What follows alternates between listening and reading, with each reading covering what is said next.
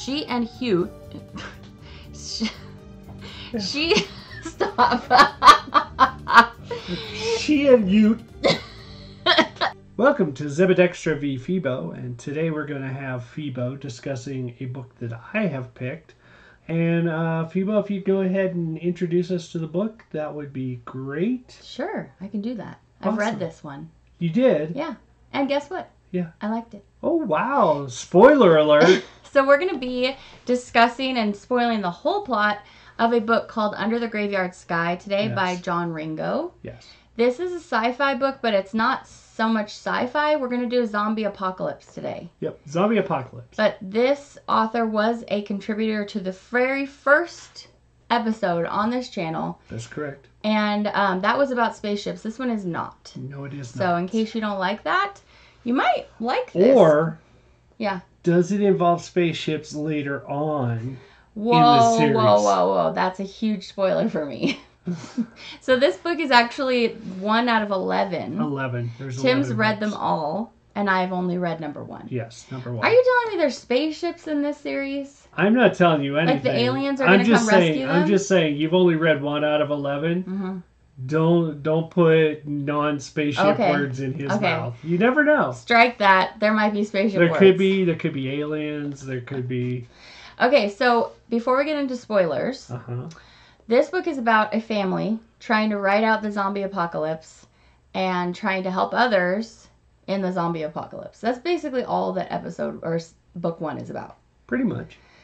So if you hear that and think, I don't like zombies, I don't like The Walking Dead, I don't think you really have to worry about that. It's more just like... I don't like zombies. Yeah, Tim doesn't like zombies. It's more just like how people survive and deal with a really tough situation and the humanity that still exists. And it's an adventure story.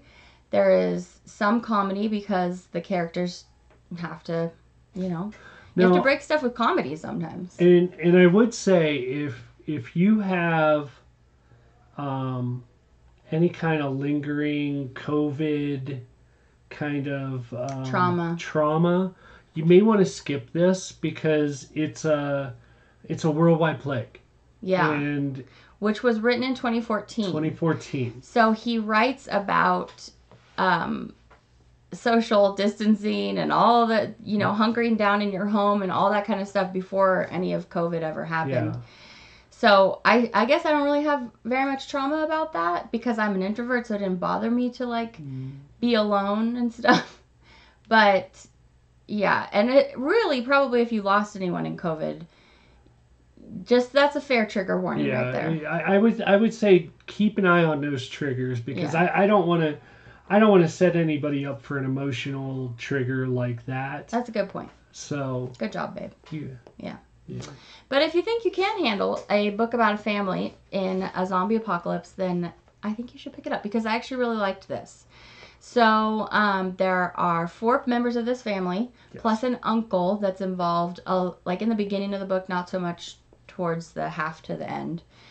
And so you have 2 daughters, 13 and 15, and then a mom and a dad. Yes, that is correct. All right, so I am going to get into full review, description, spoilers, plot points, all that stuff. Yep, here we go. So if this sounds good to you, you can find this on Audible. That's where we read it. And I read it in a day, so you could I was listening while I was working, so you could push pause and come back tomorrow and listen. Yeah. Or you could read half of the book, come listen to us discuss half of the book, and then come back later. So we're going to go ahead and get into it. Under a Graveyard Sky, John Ringo, written in 2014. Book 1. Steve gets an emergency code from his brother Tom as he's sitting in his classroom.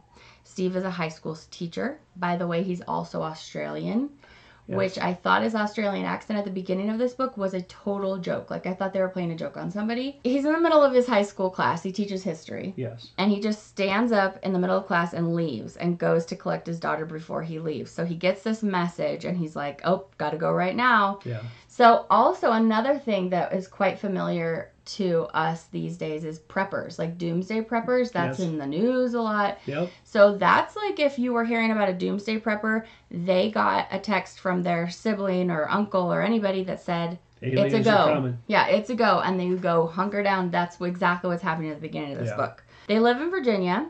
Sophia complains to her dad for pulling her out of school. He makes her drive so he can use both his hands. She's 15, by the way.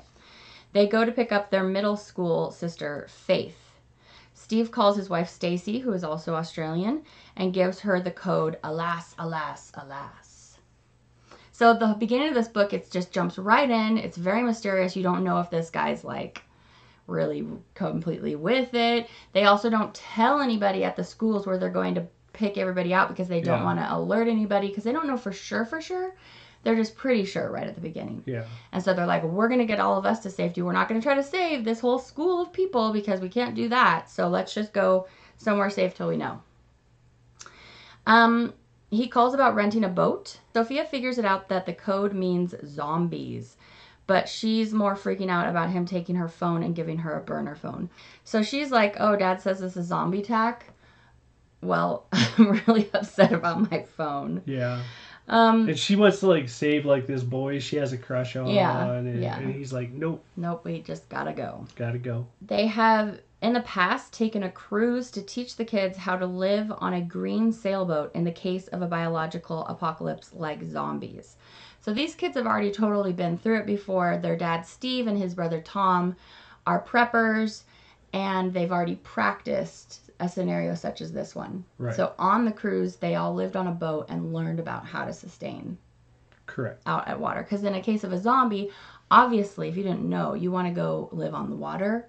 The zombies are less likely to get you there, so you know. They technically are, unless they are zombie sharks. Are there zombie sharks in book 2? Zombie sharks would be much more liable to get you at sea than on land. Oh. Just saying. Okay. I'm not telling you what's in book 2. I'm looking forward to book 2. Zombie sharks. That's like a Sharknado movie. Probably. Alien zombie sharks? I'm not telling you all the deets. As soon as they get home, they're loading the trailer to take supplies to the boat. He calls the boat guy and gives his fake story, fake identity, and credit card.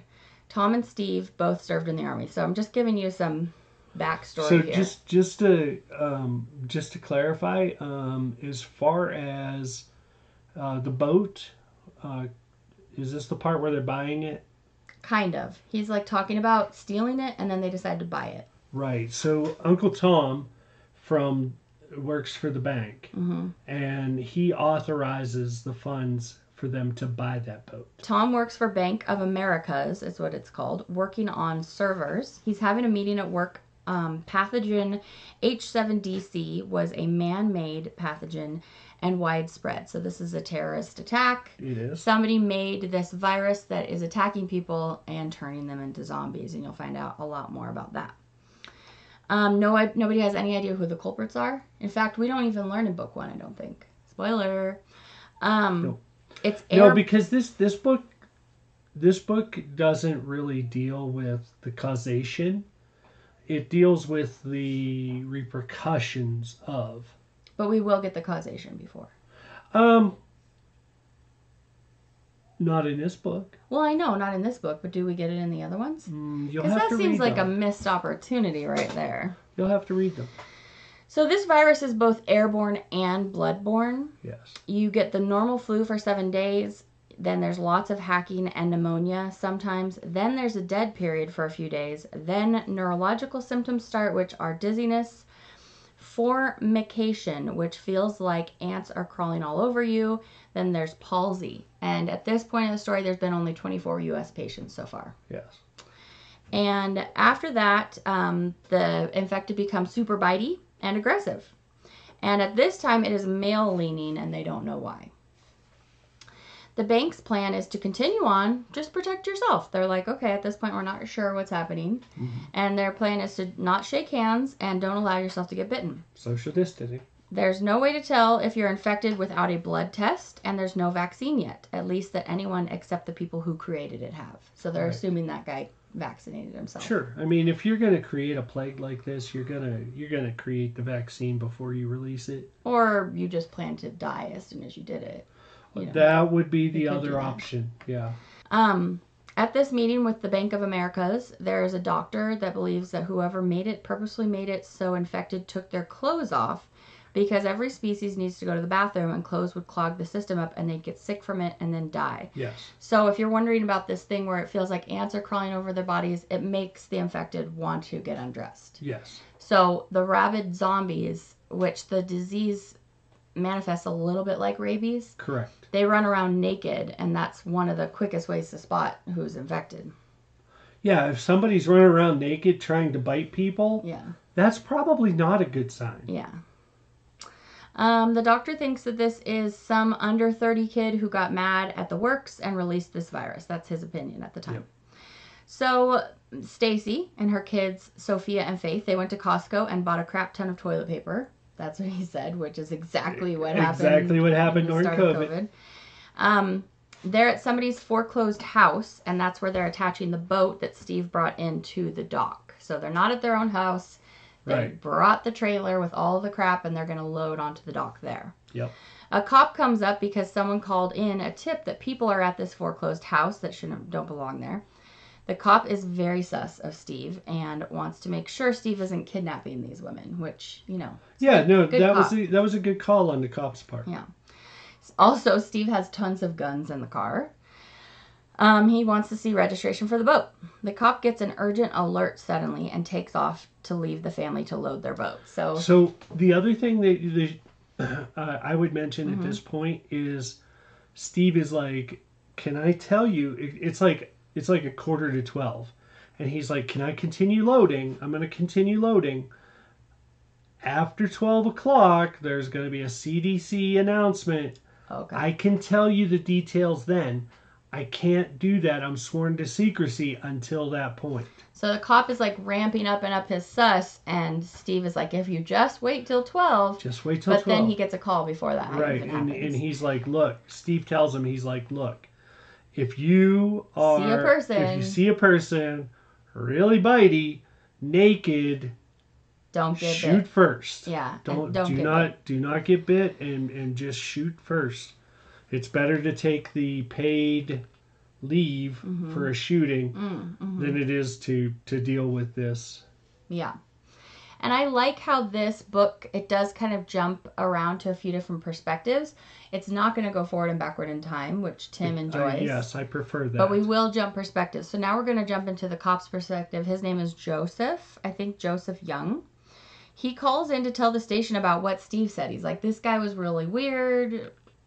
This is the advice he gave me. This is strange. And when he calls in, they say, yeah, the CDC has just released. Has released that they are going to have an announcement at noon. Okay. All of a sudden, a naked teenage girl runs out in front of his car and jumps onto his car, hammering his windshield with her fists. He thinks about how Steve told him to shoot and not get bit and avoid the bite. He goes after her father, who's coming racing out from their house, and I said he goes after, but she, for her direction to her father, who's running out of the house, and she runs up to him and latches onto his arm with a bite. The cop jumps out and grabs a bag for trapping rabid animals and puts it over her head and wrestles her to the ground. Right. Smart. Suddenly, a woman runs out of a house with a naked man covered in blood chasing her. He takes aim at the naked man after tasing the teenager. So she won't calm down even though she's got this bag over her head. Right. So he tases her, I think maybe 1 or 2 times. Yeah. And now he's aiming his gun right at the man who's chasing the lady. And he's like, he told me I should probably just shoot. And, I don't want to get bit. So he tells the man he'll shoot if he doesn't stop. Then he says, halt, halt, halt. Then he shoots the man dead while the wife screams and the cop throws up, but no bites. Yeah. Okay, now we're at Nate Dolan. He's a microbiologist, has FBI agents poring over everything he's doing. Because the place he works looks to be one of the outbreak sites of the flu, they're looking for the attack site there. They're swabbing the bathroom stalls and confused why they find the pathogen 8 to 7 of the stall doors since they've been recently cleaned. I just wrote down what I was listening to. The deodorizer on the door gets examined again. Maybe it gave a false negative last time. They open it up and they'll test the beige substance inside. FBI decides that the deodorizer is the culprit. They've found them in 60 locations up and down the West Coast. They were in airports. They were in an airport. They weren't actually in his business. It says that they were in both. He had put them in train station and airports, but it was also at this place where the microbiologist worked. Well, he was working in the bathroom. He was working as part of the team, scrubbing, looking for where it was being dispersed from. I wrote it down because when I read it, it was telling me that Nate Dolan was one of the first people that they suspected because he worked at one of the places where the outbreak was. Where it could have happened. Okay. So basically, the person who created the virus, the way they decided to spread it is they put it in these bathroom sanitizers that went on the door of the bathroom. And they had tested it, but there was a false negative. They opened it up, and the substance inside was the pathogen. Correct. Steve and his family are out at sea making their way to the canal. They're talking about what they're going to do if one of them is infected. They'll all secure themselves lightly with rope in case one of them starts symptoms, so that, like, if you start, somebody can just come up and tighten you up, and then you could be safe from infecting everybody else. Now we're jumping to Timothy Scholl. He's another microbiologist, and he gets arrested by the FBI in his mother's basement because he'd put up a YouTube video about how to make a virus that is both airborne and bloodborne. They don't find any evidence of the flu in his house, so they make him a material witness and pass him off to the CDC. Dean Karza, this is somebody who's only important for a little bit in this book, from the CDC, gets him released and says they need his help on finding a vaccine. So potentially what they're surmising is that whoever made this vaccine watched this guy's video, figured out how to do it from the video, which is pretty stupid to put a video out there about that, right? Well, yes and no. So this kid, he is a microbiologist. He was in school and something happened. He lost his sponsor at the school or something. and so of course he was upset, but he still continued to work on things in his spare time. But also he was posting to boards. What are they called? The internet. Mm-hmm. It's like Reddit, basically. Yeah, kind of like a Reddit for biologists, and that's where whoever created it found it. But I mean, if you think about it, this was a breakthrough that no one had ever been able to do before, and he was able to do it. But he didn't have a school backing to be able to what do they call that? Where you produce a paper and you publish it. No, publishing a paper on it. Yeah, but if you think about it, if the thing that you discovered, like Oppenheimer, is something that's going to be super deadly if everybody knows how to do it, you don't just want to go put it on YouTube. Right, but I don't think that was his point. I don't think his point was to... No, he wasn't trying to hurt anybody. Right. But he wasn't thinking. Right. I'll give you that. Yeah. I'll give you that. Dean Karza says that they'll get him released if he helps them develop a vaccine. Right. They take him to an online international conference to discuss with those already trying to make vaccines. And Tim lets them know that in his experiments, potassium prohibits the secondary, which is the neurological expression. Whoever did this stole his process from his YouTube video. Tim recognizes that one of his friend's signatures is present in the genetic code. This actually isn't really that important, but he's like, I don't want to tell you who my friend is because now you're going to go arrest her. Yeah. So then there's a brief explanation of how vaccines actually work, which I thought was pretty prevalent to our time. So, okay, now we're back to Tom. Now remember, Tom is Steve's brother. He works at the Bank of America's on the servers, it said. Tom learns from Dr. Curry that the virus can only be tested on higher level primates, and there are no chimps or monkeys available, so they're going to have to test on humans. Yes. Tom and Durante, this soldier guy, right? Right. They go out to tag and bag 5 zombies. This is gross, so cover your ears for a second. They slid the spinal cords out of the drugged up zombies. Curry makes a primer vaccine from the virus they pulled out of the spinal cords. There has to be a booster in a week. Curry and Tom give each other the vaccine right then, and they're just going to test it, and they're just like, whoop, we'll do it on our own cells. Yeah. So basically, in order to make the vaccine, the fastest way is to just literally take the virus right out of the thing that I told you about triggering before and make a vaccine from that. Mm-hmm. And so you literally have to have the subject right there, and then you can make more than just one virus out of one person, I think. You know what? I'm not sure because I remember correctly, it was like they got 40 vaccines from 60 people later on. Yeah, something like that. Yeah. Yeah. Oh, so you're saying less than one? Yeah. Oh, I thought it was more. They need to make at least 200 doses for the vitals to the country. So that's their like first step. We need 200 doses right now to save the president, to save the... Was it for the country? I thought it was just for the bank.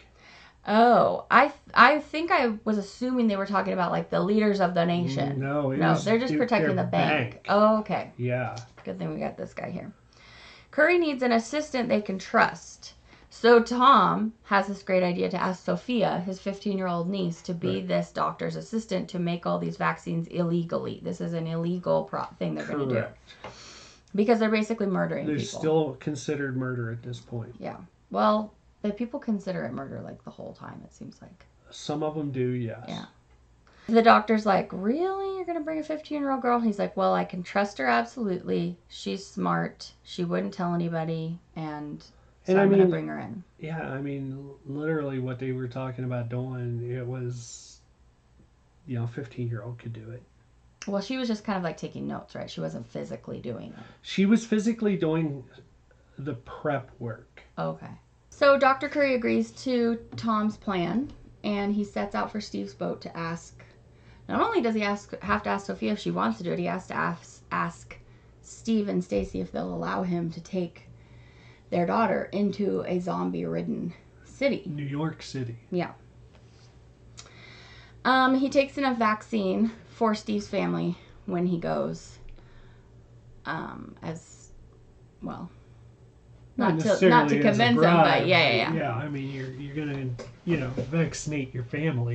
Yeah. So Steve and Stacy are allowing Tom to take both daughters because they're like, get Faith out of here. She's annoying the crap out of us. She doesn't know how to entertain herself on a boat. She's 13. I think that I would rather keep her with me in safety than send her because she's annoying. You think?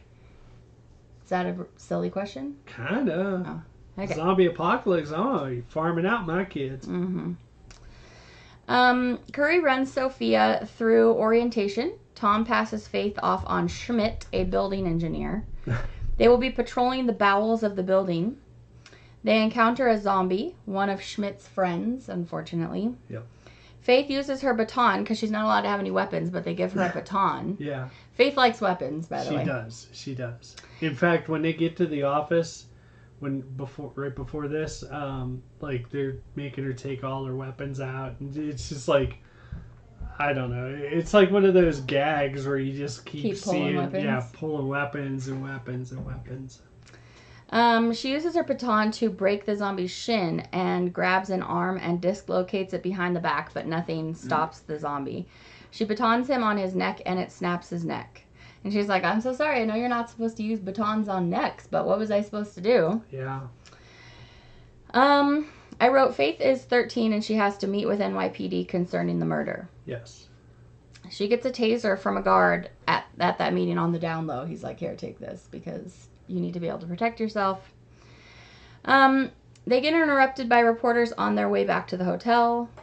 Oh, the reporters are like, oh my gosh, you took down a zombie. But they think Sophia's the one that did it. Yes. Yeah, and Sophia's like, no, but still it's considered murder. So, like, they're not glorifying that. They're being like, they're... Yeah. Faith decides to go zombie hunting with her taser. Even though she's not supposed to. Oh, always a good idea, right? Yeah. She shoots a zombie and goes to jab a narcotic into the zombie, but she jabs a 2-inch needle into the narcotic into her thumb instead. It goes numb. She goes numb on one whole side of her body, and her vision is blurry. She has to reload her taser a few times to keep the zombies off of her. So she's trying to keep this one zombie at bay, but then she handicaps herself. So now not only was she in a bad position, but she's like really in a bad way. Yes. And they call Durante to come get her.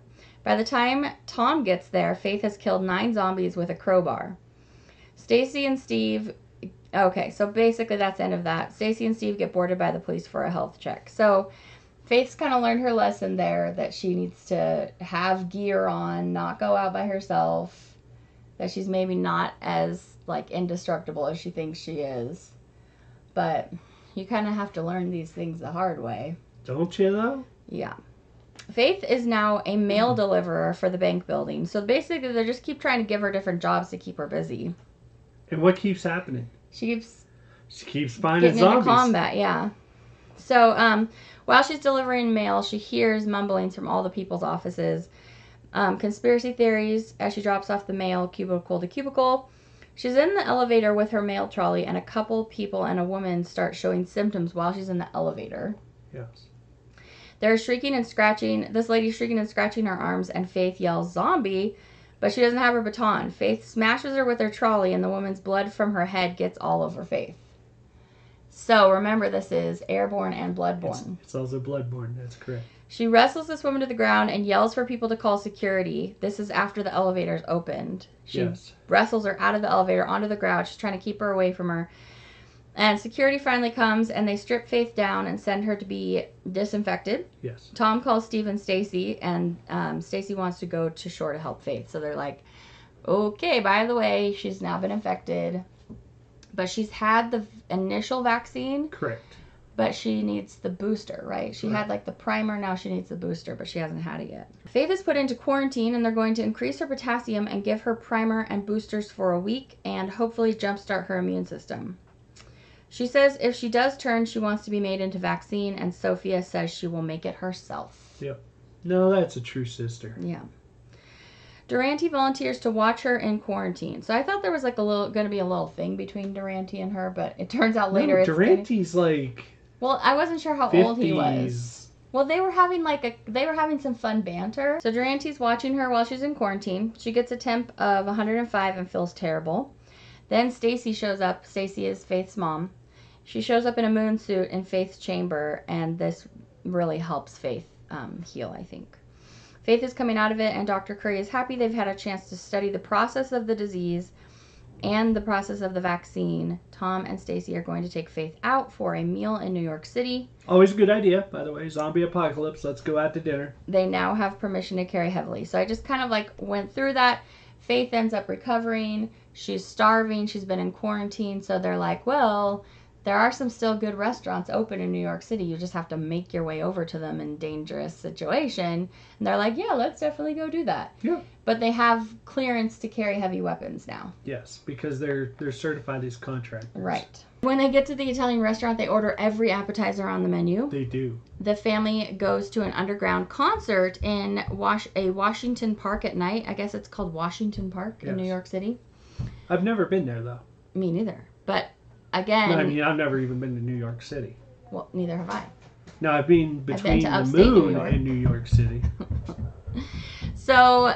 not only are they risking their lives going to this restaurant, now they're going to go to an outdoor concert. Yes. Yeah, where zombies are known to show up. When they get there, some guy tries to sell street vaccine to Sophia.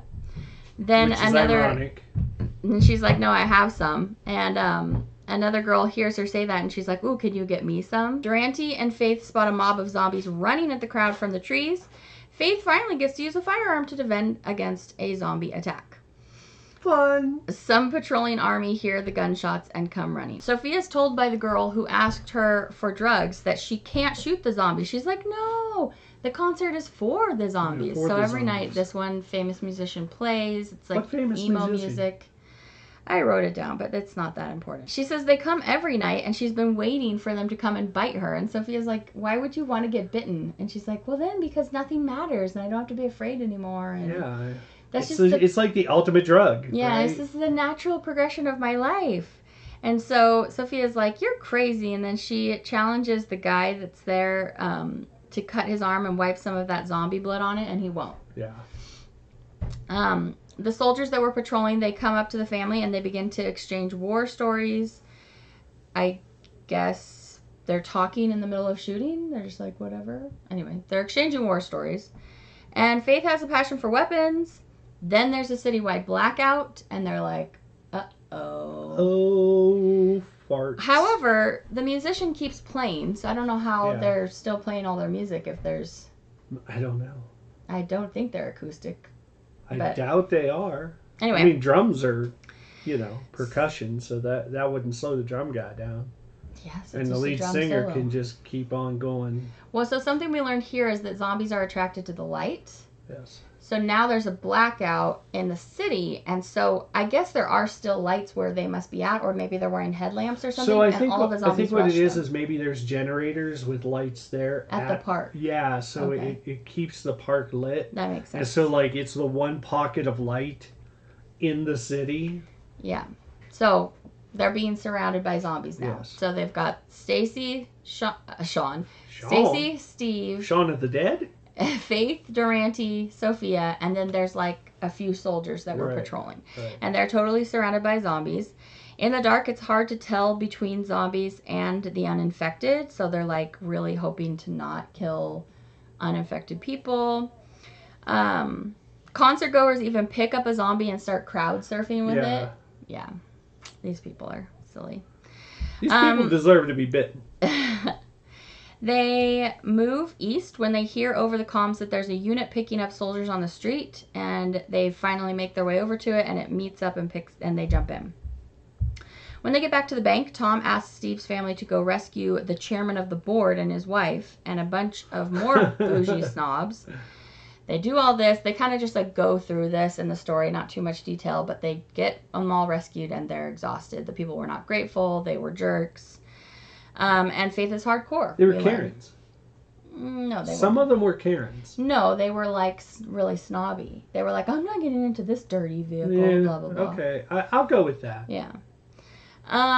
But we learned Faith is hardcore. Do you know who my husband is? Oh, yeah, that's what she said. Yeah. I didn't know what you were saying at that. The center of the George Washington Bridge collapses into the river. They blow it up. It gets blown up by the military. Oh, I just thought it just happened. No. So, they also did this in that one Brad Pitt movie. Was it Brad Pitt? Zombie World movie? War Z? And that came out before this book, just so you know. And they explode bridges to keep the infected on the island. Oh, that makes sense. So the family departs on their boat as it looks like New York City is imploding. So things got bad fast. Bad. Now we're in book 2. And it says this book 2 is called I Will Not Bow. Okay, I was going to say, you should let them know that this isn't actually book 2. Yeah. But the author breaks this book up into book 1, book 2, book 3. Yeah. So, all right. Now we're in this in the frame of mind of Chris.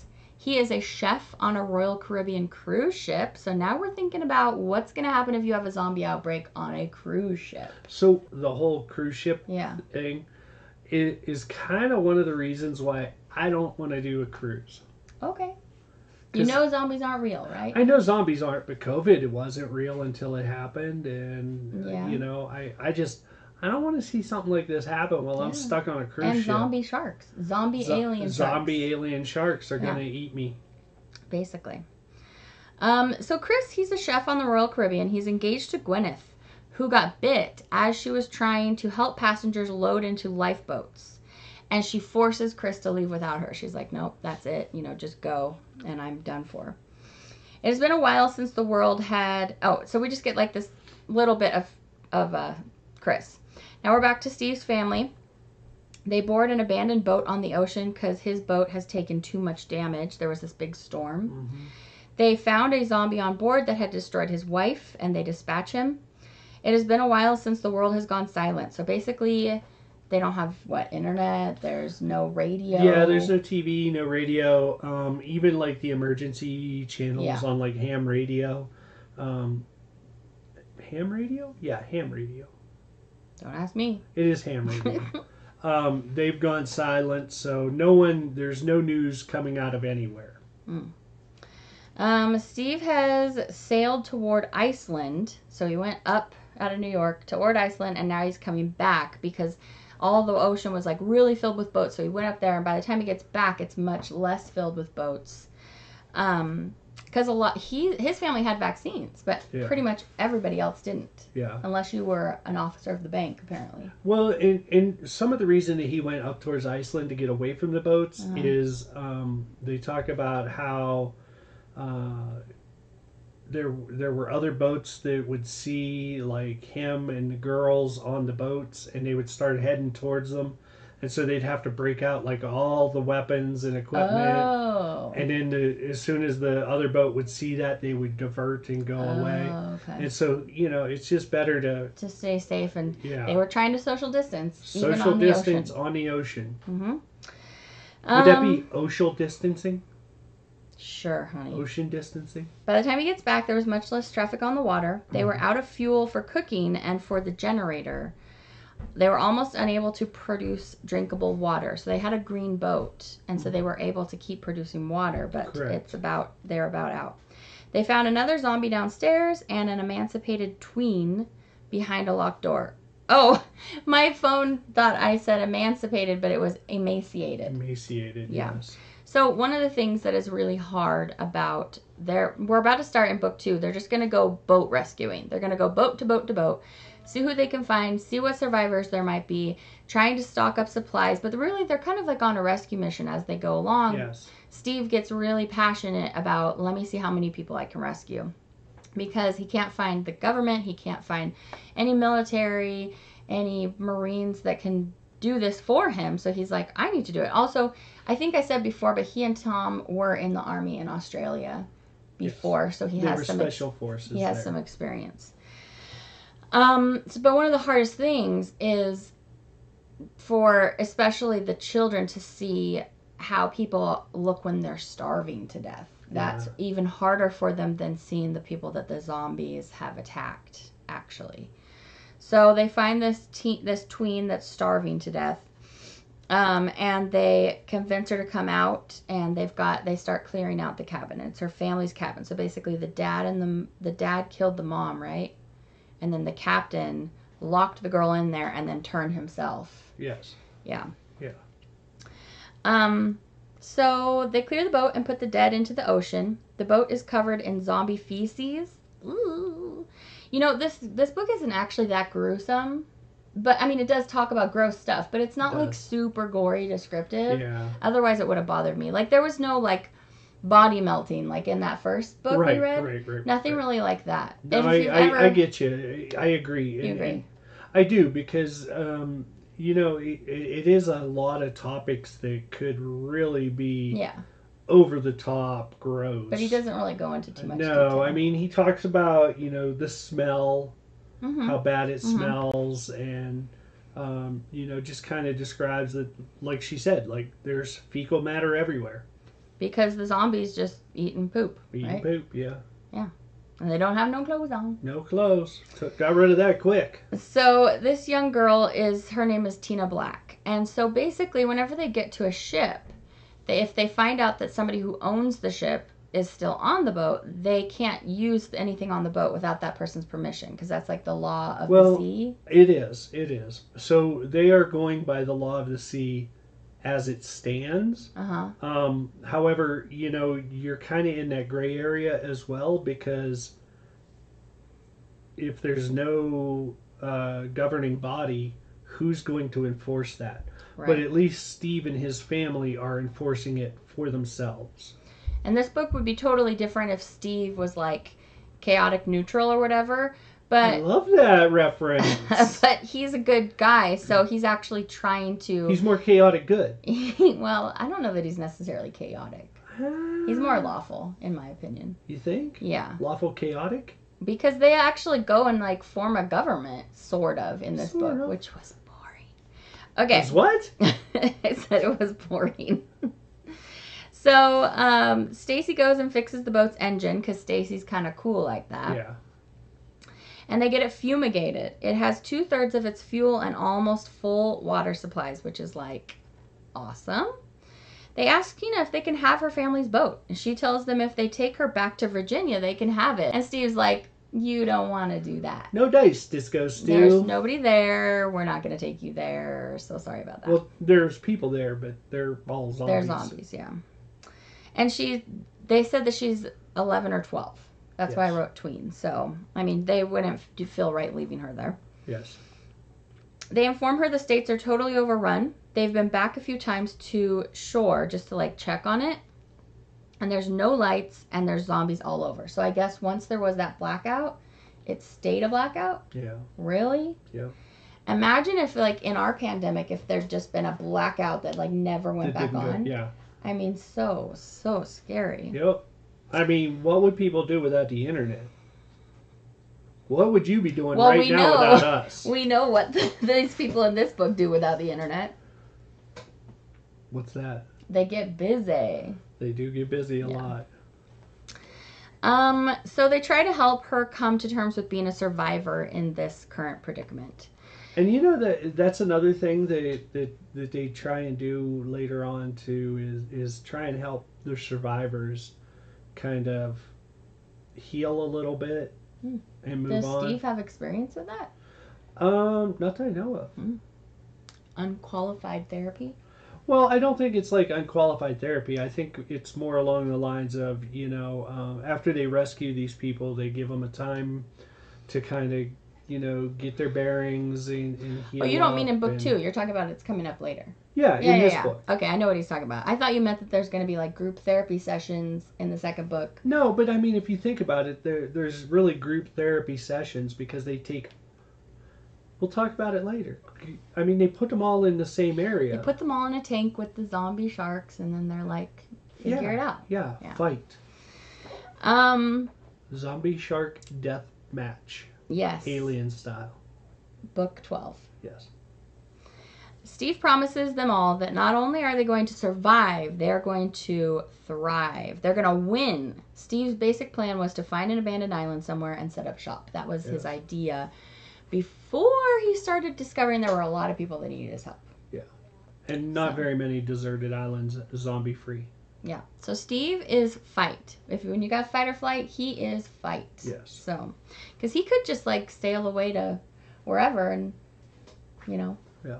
He does actually sail away to everywhere. Oh, I thought Tim was about to give me a spoiler for book 2. No.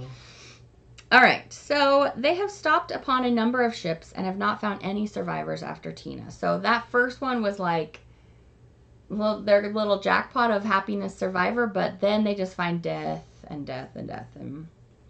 Which is a little discouraging because, you have the very first boat you board, there's a survivor. And you're like... And then you're like, yeah, I can help people. And then every boat you find after that, empty. Well... Or zombified. So the next boat that they come on where there's actually a survivor, it happens to be Chris's lifeboat. Chris from the Royal Caribbean. So we're getting kind of closer over to wherever they were sailing. And is it because they're heading towards the Bahamas, or they haven't done that yet? They're going. Yeah, I think that they are. Okay. Like it's like right after they get Chris. Okay. There are a few other survivors in Chris's lifeboat. Chris tells Stacy on the side, he's like BTW, about each of the people on his lifeboat ship because he's like wants to be like, this is the one that might cause you trouble. Steve calls a meeting and threatens everyone who even thinks of mutiny, and as soon as they find another ship they can get off if they want. But basically there's this one guy who's causing trouble. His name is Jack Isham. Jack, right? Oh, Jack? I thought it was John Grisham. I thought John Ringo just had a thing against this other author. I was like, really, guy? His last name is Isham. But maybe it is it's a little slight. Yeah, he's like, I hate that John Grisham. That one book was so bad. Oh, John Grisham, your boys from Biloxi. He was calling it in advance. He's like, I know. That's gonna hurt. Oh, man. So he threatens them all with death if they try to mutinize. They find another boat with a large amount of supplies and one survivor named Mike. They talk about forming a government, and Steve gives Sophia the next boat they find. Well, that's his plan. He's like, okay, so we kind of need to decide what we're going to do with all these boats when we find them, because Jack wants his own boat, Jack Isham. He's like, I get the next big boat, and he's just going to take it. Yeah, he doesn't want to help. Yeah, so they find people, like all the people in Chris's boat. There's maybe like one person who actually wants to help go onto the zombie boats and clear them. So we have Steve who's willing to do it, Faith who's doing it, Sophia's kind of like running the boat. Was there another one that wanted to do it? I thought I thought the next one was Fontana. Oh, yeah. Oh, you said there was one on Chris's boat that wanted to go in and help. I think that there is. I just haven't named him yet. Oh. So there's like one that will help, but most of the people just kind of want to get away and go do their own thing, because they've been stuck on a lifeboat with people and they're just like, I need to try this on my own. And so they need to figure out a system of how to allocate the boats and the things that they find to who gets what. And they're like, well, why don't you decide? And he's like, okay, so I'll tell you what. If I decide, I get to give my 15-year-old the next boat. You guys all cool with that? And then they're like, maybe it should be a vote. So they talk about government for a while, and I kind of pieced out a little bit on this part. So they had found 2 more boats with survivors, and they finally find another person who's willing to help clear boats, and that's who you were talking about, and you said it's like Fontana? Well, they come across Fontana, but I don't remember where he came from. Well, I wrote that down after saying that they found more boats, like a couple more boats. Okay. My next note is they find a boat that Sophia really wants, but everyone voted and she didn't get it. She does not get it. Then, so this whole part right here was a little bit sleepy for me, I have to admit. But then they find a submarine, and this is when it starts picking back up. So they spot a submarine in the water, and they're like, what the heck? But Steve knows what's up. They also find a Coast Guard ship, and he tells the survivor, whose name is Kuzma, which sounds like Cusco. Yeah, Emperor Kuzma. Emperor Kuzma, that he's probably the head of the Coast Guard now. Yes. And that guy, because he's part of the Coast Guard, gets him in touch. He was only a petty officer, so. Oh. But he's enough in the military that he's like, you should probably talk to the people in the submarine because you're doing some stuff and you want to take over my Coast Guard ship, but that's illegal, so you need to talk to the submarine people. Yeah, the submarine people aren't talking. So he gets him in touch, though, with the submarine commander. Yeah. And he asks the commander if Steve can strip the big ship. Commander asks Steve if they have vaccine, and Steve says yes. And Steve asks for a pardon, and then he'll give more info about it. Yes. And he says, basically, if you're going to help me with this mission, great. If you're not, leave me alone. So he explains to the submarine commander that he's just going to keep rescuing people. Yep. And he's going to take what he wants from the boats as he goes because he needs supplies. Yes. And he's just basically, don't get in my way because nobody else is doing this. Yeah. So the naval crew discuss what they should do. One person suggests they grant Steve... Is that his name, Steve? Steve. I don't know why that sounded weird all of a sudden. Yeah. They grant him a naval captaincy so he can do what he needs to do. The majority of the people there think that's crazy, though. Yes. Steve gets an alert of another cry for help. So he has some kind of radio that he's hearing cries for help? Because I thought you said there was silence. There is silence. So there are... who is it that's crying for help? Well, so every time that they find out where a boat is, and they're like, we got this cry for help. How far away is it? Oh, it's 2 hours away. Let's go. So they're getting it over the radio somehow. So what they're going is... a shortwave It's a ship-to-ship shortwave radio. Okay. So when they come into an area... If they get close enough, they'll get close enough, they can So it's like the cry for help. Like an SOS. Yeah. But the one thing that should be mentioned is the way they're finding these boats. Yeah. They have a distress signal on all the boats. Oh. And so there's a beacon that's flashing. Hey. So it's like in Lost, where you literally turn it on and it stays on forever and lets everybody know. It turns on. It stays on until the battery runs out. Okay. But so you don't have to keep alerting people. You turn it on and it will alert. Okay. Right. Okay, cool. I get it if you tell me it's like Lost. It's like Lost. Just kidding. That's been a while since I watched that. It's Lost at Sea. They are. Yeah. They are lost at sea. Well... No, they know where they're at. Really lost, Everybody else is lost at sea. All right, so he gets an alert from another cry for help, a yacht 2 hours out, and they go for it. Kuzma goes with them to observe their behavior on the yacht. So Kuzma's the guy, he's sus of Steve. He's like, y'all don't need to be giving him a captaincy, but he's going to go watch and see what he's like. Yeah.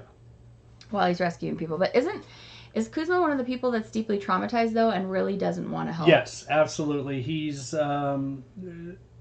had a lot of trouble when they were clearing out the Coast Guard cutter because they were able to get them out. And Steve has a rule that you don't go right back in, because everybody's emaciated, they're weak, they're traumatized, and so they're supposed to take some time off to recover. However, because of the layout of the cutter, they had him go back in with the team, and it really traumatized him to be shooting the people that he worked with, because like as he's shooting these people, he's like, oh, and there's my best friend from mess, and so it was really hard for him. He does not want to do clearing anymore, which is what they call it, is clearing. And so the main clearers are Steve and Faith. Faith really likes it. It's what she's good at, and she loves weapons. She just sure does. So pretty much in this book, Sophia's not really in it that much after she's done with the whole vaccine part, and most of it's more about Faith and Steve. It is. Okay, so they go to the yacht, because it's the yacht that's crying for help. Sophia has her own boat and captain now, and they're doing rescuing lifeboats. Yes. So she found one of the people she rescued was a captain that she made captain of her boat. No, I thought she was the captain of the boat. I don't think so. Maybe she's under a captain. I know they do find several captains. She has somebody on her boat that knows what they're doing. Yeah, is it? Okay. Okay, so just so you know, it's not just Steve's boat. They have like multiple parties. They have multiple boats at this point. But if they're the only ones clearing, they must go find a boat, see if there's anybody on it, and then Steve comes over and clears it. Yes, but some of the other boats are also doing clearing of small boats. Okay, like the lifeboats. So like the lifeboats, anything bigger than a lifeboat, like a yacht, yes, Steve and Faith and Fontana, whenever he comes in, does that. So when Steve gets to the yacht, he finds out it's actually a small cruise ship, and there's a connected fishing boat that is down 60 feet in the water and causing the ship to almost tip over. Yes. Am I reading that right? Yes. Okay, so this big ship is not only in trouble because it's overrun with zombies, they're worried it's going to tip over any second, because the boat is filled up with stuff and it's down in the water and it's connected by a wire thing. Yeah, it's a... Yeah. Okay. So now is when we get to hear about the zombie sharks. Basically. Zombie sharks. Yeah, baby. So they figure out somebody's got to go down into the water and cut the rope among the sharks. And then there's all these zombies trying to get them from the edge of the deck that are going to probably like jump out and get him too if he gets too close to the edge. But BTW, Steve's an experienced diver, so that's helpful. He decides he's going to do the job. So he gets all geared up. He swims over there nice and calmly. What kind of gear was he wearing? Diver gear. I don't think he had anything on. Oh. He just had like a knife in his teeth and a gun in his hand. Because if he put on gear, he would have been too heavy? Yeah, then he wouldn't have been able to I thought maybe he at least had like a wetsuit. None of the boats would have had a wetsuit.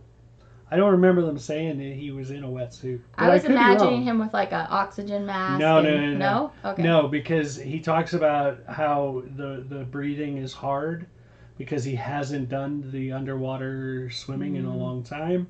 And so the 60, was it meters? 60 feet is what I wrote. Yeah, 60 meters would be way more. That's only, 180, 3 times. 200 That's far, feet. Babe.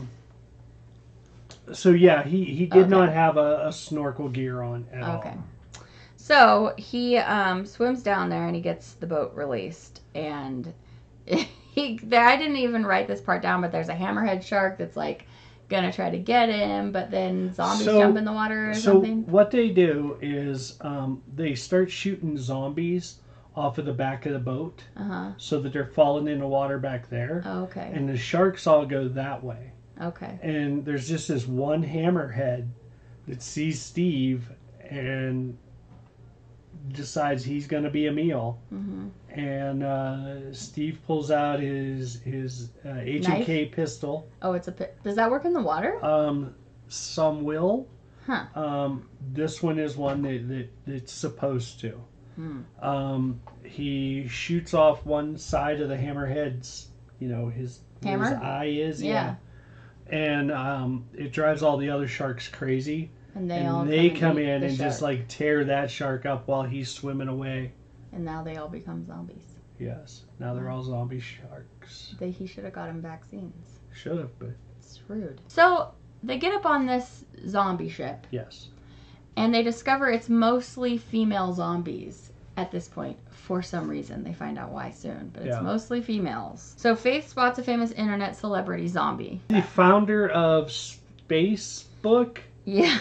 It's like a combination of SpaceX and Facebook. Yeah, and his name is like Muckerberg. I don't have that on here. Yeah, it's something like that. It's like Muckerberg. So Fontana informs them a terrible contractor is on board with all of his mercenaries. Okay, so this is the first time I'm mentioning Fontana. Yeah. We found him on some boat, and he knows these contractor mercenaries because he's also a contractor? No, he worked in the stands with them. In the stands? Yeah. What does that mean? Like Afghanistan and... Oh, in the stands. I thought you said stands. So he's an army guy. Yes, so he's a military guy. He's worked in the stands with them, and he knows their reputation, and okay. And it's not necessarily their reputation. It's the guy who was leading them, his reputation for like cruelty and not paying so that he gets, the kind of people that don't want to be watched by. Basically, he spots the one main bad guy, right? And he's like, oh, all these other bad guys were hired by this guy, so they're all not good people. Right. They figure out, because he knows these people's reputation, they figure out why there's so many females on this ship and that all these women were basically assaulted. And a number of the zombies are actually like in bed, tied up still. Yeah. So it's really terrible. And Faith, a 13-year-old girl, is helping to clear, and she's seen all of this too. They figure out that the boat that they actually cut and dropped to the bottom of the ocean was holding a whole bunch of treasure. Right, because they see like all the like gilding in the staterooms and stuff has been ripped off. Oh. And so like all that boat was loaded up with like all the gold and all the crazy money that he had. They surmised that the bad guys killed him. Yes. And we're going to do a mutiny, pile all the gold, put it onto the boat, and then they all just got attacked.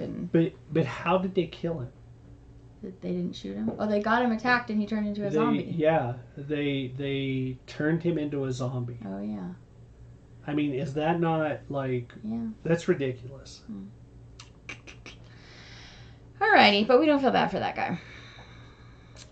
Steve messages for Jack Isham on his boat to come to the celebrity cruise. So basically, that guy Jack that was kind of mouthing off, not being great, he at some point got his own boat and had left. Yeah. And he messages to him on they have some radio that they had to each other? Yeah, he knows in the general area that he's in, so yeah. They broadcast to that area. So he's like, Jack, I need you to come help with this problem. If you help us clear it, you can have this boat. And he's like, So he's intrigued. So he's actually going to come help. He shows them the mess of what the mercenaries did and says, this is why I kicked you out. I felt like you were going to do this. And he says, take over the ship, clean it up, man it. But he says if he even gets an inkling that Isham turns this way, he'll shoot him on the spot. Yep. Meet Hasienik. So that's the next person we're meeting. He's a naval man who is anxious to get to work for Steve. So was he on this boat? I don't know why he would be on this boat. I'm not sure where. I think he was. I think that he'd like stored himself away in a storage cabin or something. Oh, yes. So there were two of them that they found on that boat. Yeah, there was a cook, right? A cook and another person. And they had hidden themselves away. Yes. And they'd been somewhere with water and food. Yes. Yeah. Okay, so now we have a new guy named Hasienik. He's a young naval guy, and he's anxious to help. Yes. Yeah. Very much. So that's good news for Steve.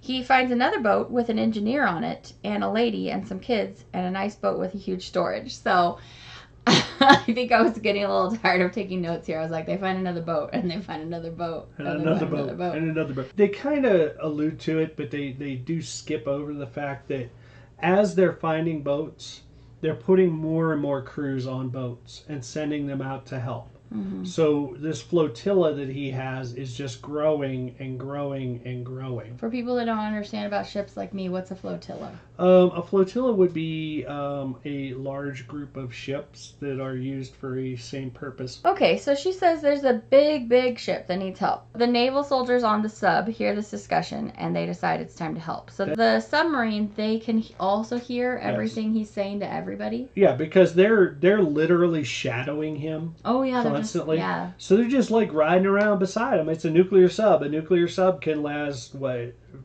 20 to 50 years? Really? Without having to top off its fuel. Why? Because it's a nuclear reactor. So it generates? So it generates through nuclear reaction. It generates energy. So a nuclear sub, I can't remember if it's 20 or 50, and I apologize if you're a boomer. Wow, that's cool. I didn't know that. Yeah. I actually didn't even think about that while I was reading this. Like, where are they getting their The only big fuel problem for them is like food is and food. Stuff? Okay. And water. Food and water. Yeah. But I think the water recycles.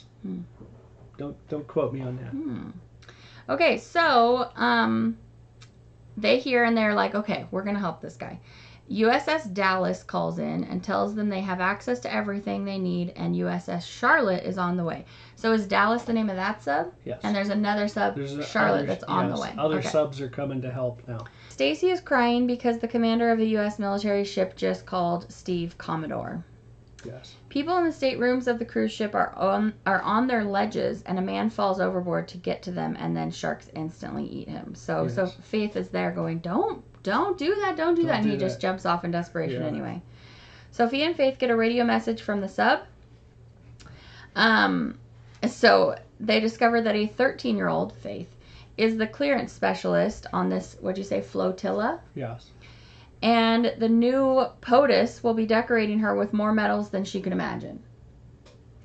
Sub says they can't come out, but they'll assist her with anything she needs from there. So she's on a boat where her dad is not. Is that true? She's with Sophia, it says. Oh, okay.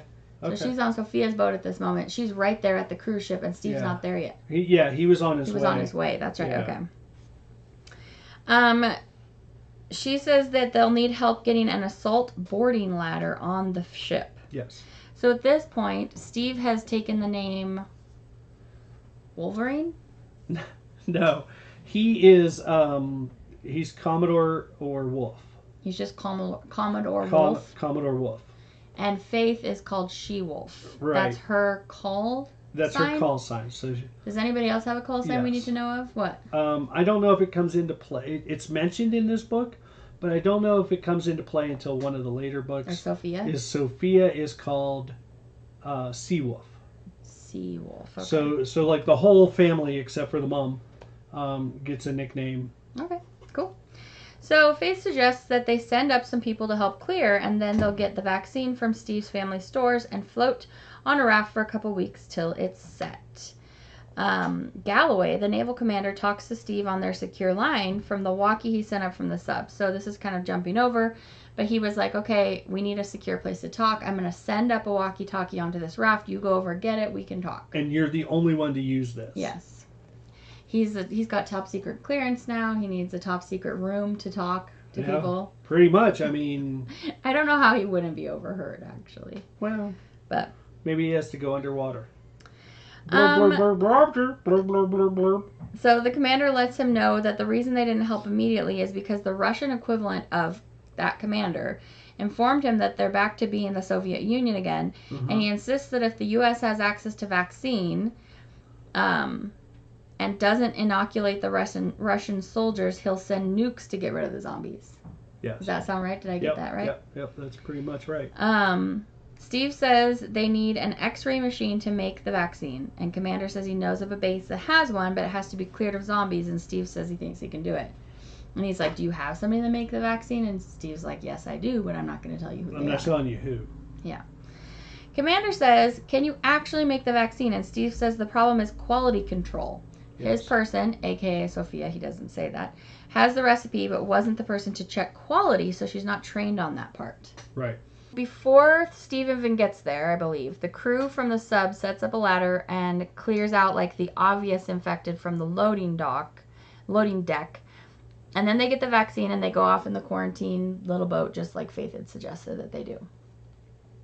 Okay. That's what I got from that part. Okay. Faith radios in to see if she can start clearing before Steve gets there.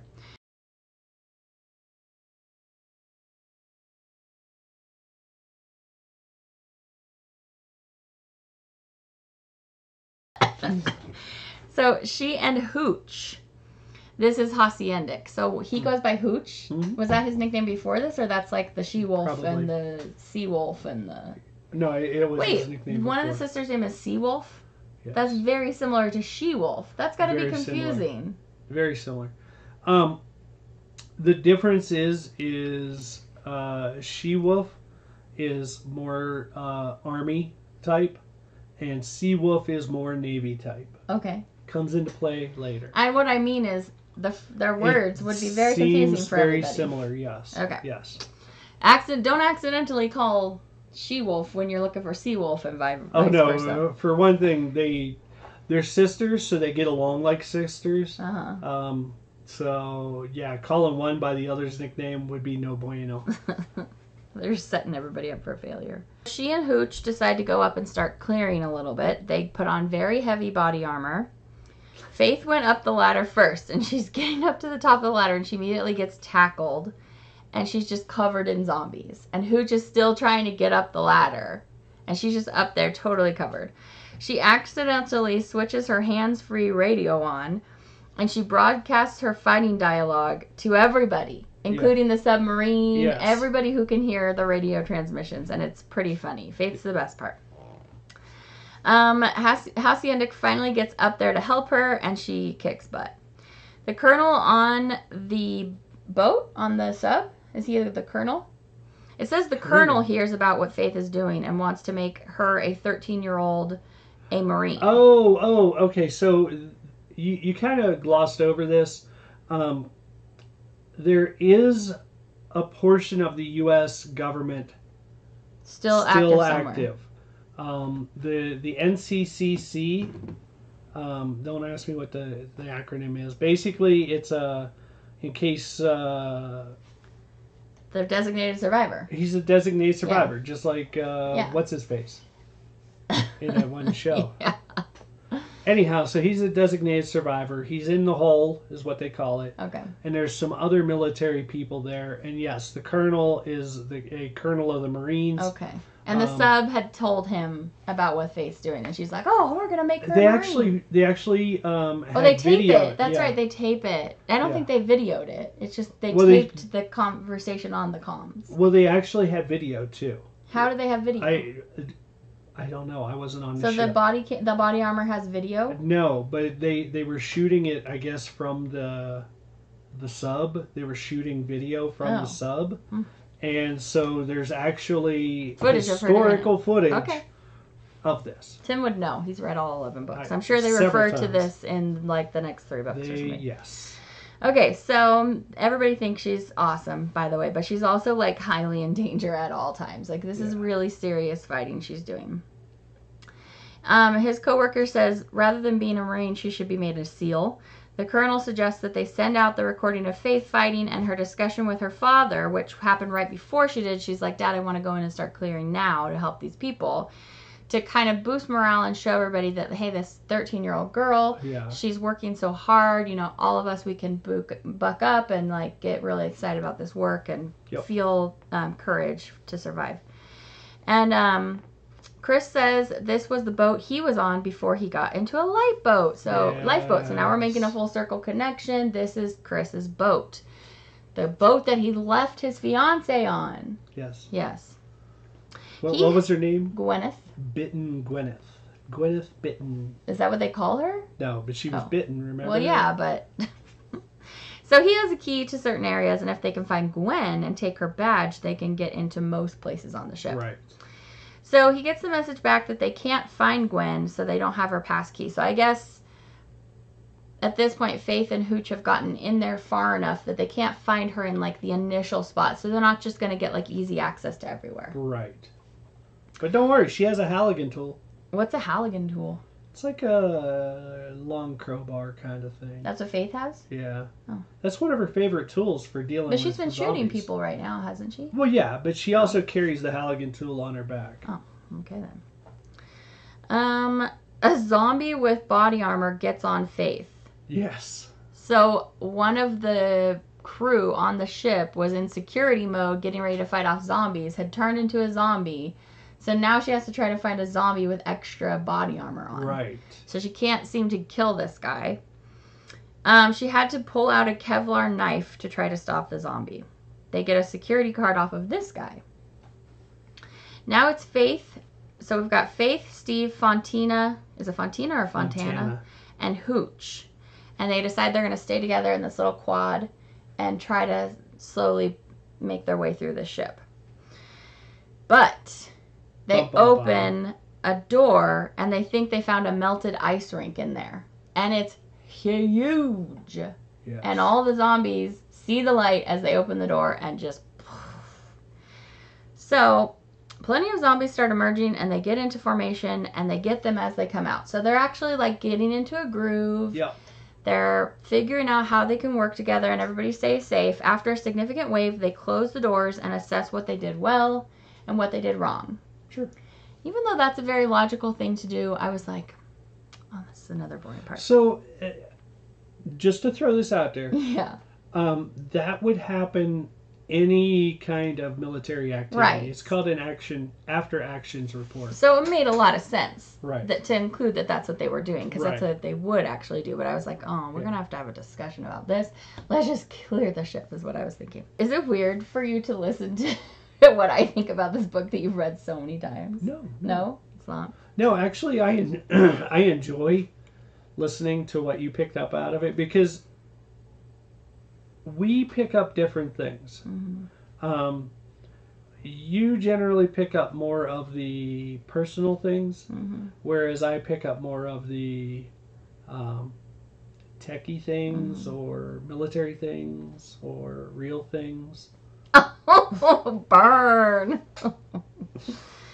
Zebadextra for the win! So after they've had their little discussion, so they can figure out, it's assess and, how we can do even better. They head to clear other rooms, and Faith uses her iPod to go to another place while they're clearing. So basically, now they're opening up individual cabins, right? And a lot of these cabins just have like one or two people, and they'll just either both be starved to death, or there'll be one person that's starved to death and another person that, because they removed themselves before they could get infected, right? But they're still either dead or almost dead. Yeah. So this particular ship went on lockdown, so it locked in the people in their staterooms. And they were in there for like 2 months. Yes. Completely by themselves with basically no food. Yeah. Like they were able to have like a scoop of hummus, like a teaspoon of hummus a day. Yeah, that one guy that you're talking about, he weighed 300 pounds when he went in, and they said he came out and he was like 98 pounds or something. Yeah. So one of Faith's coping mechanisms is to put in her iPod, which how is she charging her iPod? They have generators on the ship. Yeah. And Faith's other coping mechanism is she carries a teddy bear with her everywhere. And when things get rough, she talks to the teddy bear, and the teddy bear is kind of like another of her personas. Yes. And so she'll be like, Miss Queenie, or whatever her name is, doesn't like this part. Obviously, she's talking about herself.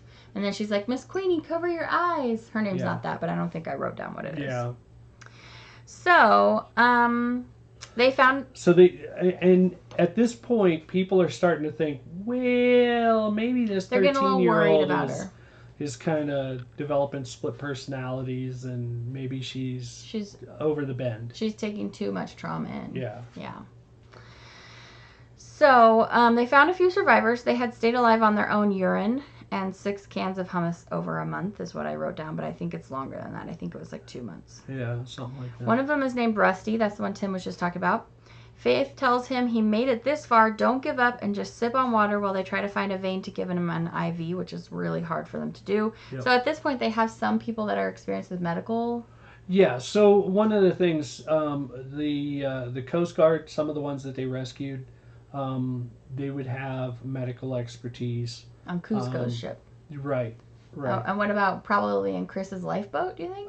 Well, possibly in Chris's lifeboat, but the other thing is as you're rescuing people, you're gonna come across, varied skill levels, medical gear, yeah, medical. And so you'll have rescued. You figure it out. Oh, I figured it out. Yeah, I mean, how hard is it? Stick it in a vein. Let's go. No, I would not.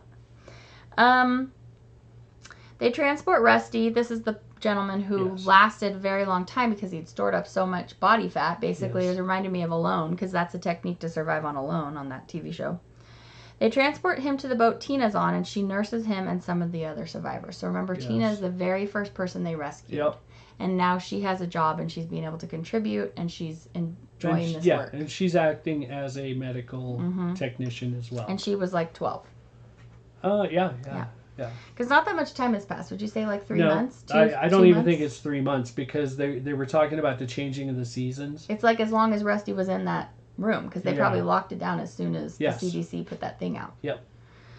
All right, so Fontana is talking to Steve about the negative effect on Faith, seeing so many families dead from dehydration in the ship. She needs to get out of here and back to zombie hunting, and Steve agrees.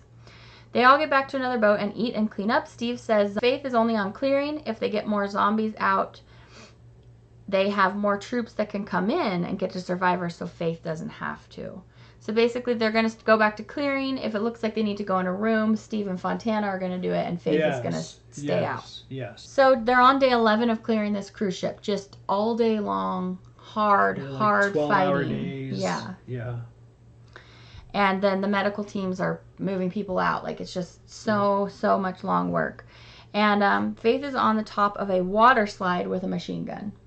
So just imagine. Oh, yeah. I'll put the picture up again of the cover of the book. They find a maintenance engineer and Gwen. How did Gwen survive if she got eaten? Bitten? Well, she got bitten. So they find a maintenance engineer and Gwen who had put themselves in like a maintenance closet. He had totally stocked it with food, and it was up, like there was a water tap in there. So it was just going to be forever water, do you think? Well, not forever. It wouldn't be forever water, but it's a cruise ship, and it's like a main water line or something. Yeah, they would have had water for quite a while. So they had holed up in there together for 2 months, and at this point, I didn't talk about it before, but basically, whenever people have been alone together in lifeboats, in this cruise ship, like Gwen and this guy, they get busy because there's nothing else to do. Nothing else. So, like, almost all of the women of age are pregnant. Which, if you think about it, in a situation like this, that's probably a good thing. Because think of how many people are dying to this plague. You need to replace them, right? Yeah. I can see your point, but as a woman, that is really frightening. No. I understand. And they take a real harsh tone with non-consensual in the book. Uh-huh. So.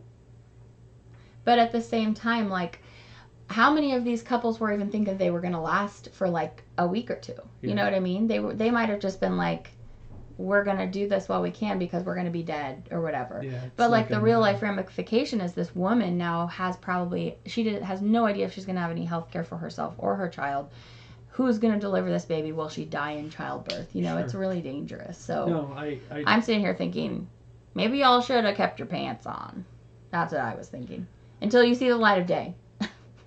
I can see both sides of it, because if you think you're going to die... I got you. But at the same time, like, I'm really worried for these ladies. No, I'm waiting for the doctor. Where's the doctor? He's going to rescue all these pregnant women. Doctors are in low supply. Somebody's going to become a doctor? Don't tell me. I am planning to read the next book. Are you really? Yeah. Nice. Okay, so actually I'm at the end. So Gwen is pregnant from this engineer. Mm-hmm. And they end the book by having Chris get on the walkie-talkie with Gwen, and he's like, Gwen? The end. Yeah. So that's how they end it. Yeah. So basically the whole cruise ship is cleared pretty much now, right? And the Navy is gonna start helping him. Yep. We don't know like how much, because the Navy keeps saying we can't really help that much because we have to stay uninfected. Right. So we can't let anybody in. Like, that's why as soon as those guys came out to help Faith, they had to go right onto a boat, quarantine, take the vaccine, and stay away from the Navy ship. Yes, absolutely. So, yeah, that's the end of the book. Yeah. Did you enjoy it? Did you like it? You should read it. Even if I spoiled it all for you, you should still read it because it was good. So I did. I was surprised how much I liked this book, probably mainly because all of the books that Tim's had me read in the past have been enjoyable. I was surprised that the zombies was going to be the one that was the most fun. I'll be honest with you. When he suggested this, I was like, oh, man. Well, I was the same way when I first read this. Yeah. Because horror movies, no thank you. You know, even like Nightmare Before Christmas, pass. I think it's because of the way it comes about. It's not in like a super scary way. It's like people got sick, they got a cold, they're itchy, so they take everything off and then they just go insane. Yeah. And so you can kind of imagine what it would be like, and especially having us all having just been through this pandemic. Like, not that we can imagine zombies, I read it before the pandemic. That's true. So I read it back in around 2014. I read it when it was a new book. And I'll be honest, like, I was literally like, this could never happen. Right? I was proven wrong about 6 years later. But thankfully, COVID wasn't a zombie apocalypse. But... yeah, I had the same kind of take on it. I was like, I don't know about this. But you tried it because you liked the author's other stuff. I liked the author's other stuff. So this is a big recommend from both of us. So congrats to you for picking a really great one. Thank you.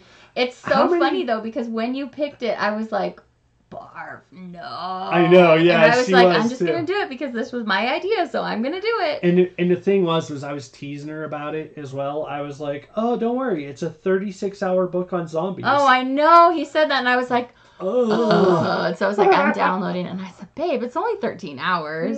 That's how to make a 13-hour book not seem very long. Is first tell me it's 36 hours. It's only like a week long. The thing that I was surprised about this book is that I wasn't bored and that it was fun and for the most part kept a good pace. Yep. It has some great characters that I could get invested in because I could imagine being a 13-year-old girl going through this. Me too. Could you? Yeah. Well, you could put yourself in the father position. Yeah. And that would be so scary to be in this situation as a parent. So the next person who gets to pick a book is... freak. Let me know in the comments below what I should make Tim read. However... Make it something not painful, please. I think we're going to read a biography. Really? Yeah.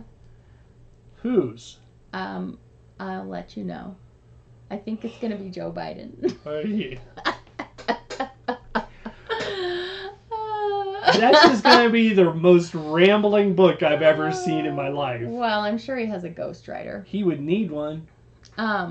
So, no, but I get to pick the next book, but I think we're going to morph the trajectory a little bit. We're only going to be reviewing a book, I think, every month instead of 2 books because it's been kind of hard work on Tim. I can listen while I'm working. Tim cannot. I cannot. So it's a lot more of his personal time to finish all of this reading. What is person? Well, while you're working. What is personal time? Personality. Personnel time. Yeah, get on your personnel time. Personality. So we'll have a few more movie reviews for you, and then we'll come another book review. Yeah. So maybe we'll do movie book.